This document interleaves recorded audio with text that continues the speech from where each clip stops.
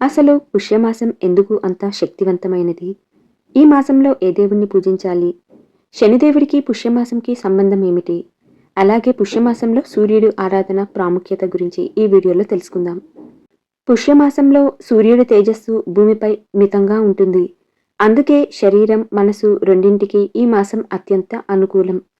పురాణాల ప్రకారం ఈ మాసంలో సూర్యుడు, మహావిష్ణువు, లక్ష్మీదేవి భూమికి అత్యంత సమీపంగా భక్తుల తపస్సును స్వీకరిస్తారని నమ్మకం. ఈ మాసాన్ని వ్రతమాసంగా, ఆరోగ్యమాసంగా పిలుస్తారు. పుష్యమాసం 21 డిసెంబర్న మొదలయ్యి 18 జనవరిన ముగుస్తుంది.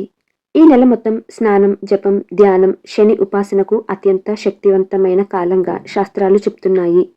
పుష్యమాసం శనిదేవుడికి అత్యంత ప్రీతికరమైన మాసం.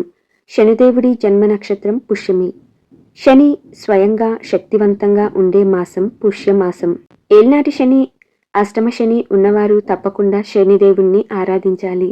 శని ప్రభావం ఉన్నవారికి కనబడే లక్షణాలు: ఎలాంటి కారణాలు లేకుండా ప్రతి పనిలో ఆలస్యం జరుగుతుంది.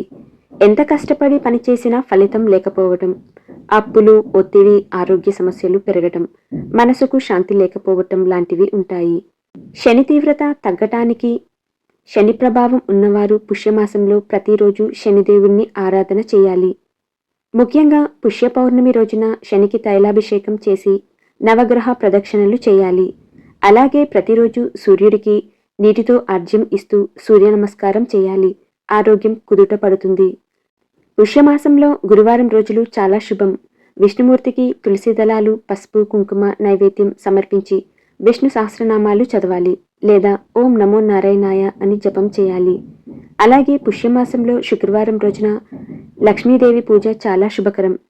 ఇంట్లో దీపారాధన చేసి లక్ష్మీదేవికి పూలు, పళ్ళు నైవేద్యం సమర్పించి లక్ష్మీదేవి స్తోత్రములు చదవాలి. లక్ష్మీదేవి అనుగ్రహం కలుగుతుంది. ఇలా చేస్తే ఆర్థిక ఇబ్బందులు క్రమంగా తొలగిపోతాయి. కుటుంబంలో శాంతి పెరుగుతుంది. పుష్యమాసంలో ఒక రోజు అయినా ఉపవాసం ఉండి దీపం వెలిగిస్తే పూర్వజన్మ పాపాలు క్షీణిస్తాయి. కుటుంబంలో శుభకార్యాలు జరుగుతాయి. సంతాన సౌఖ్యం కలుగుతుంది. ఆధ్యాత్మిక శక్తి పెరుగుతుంది.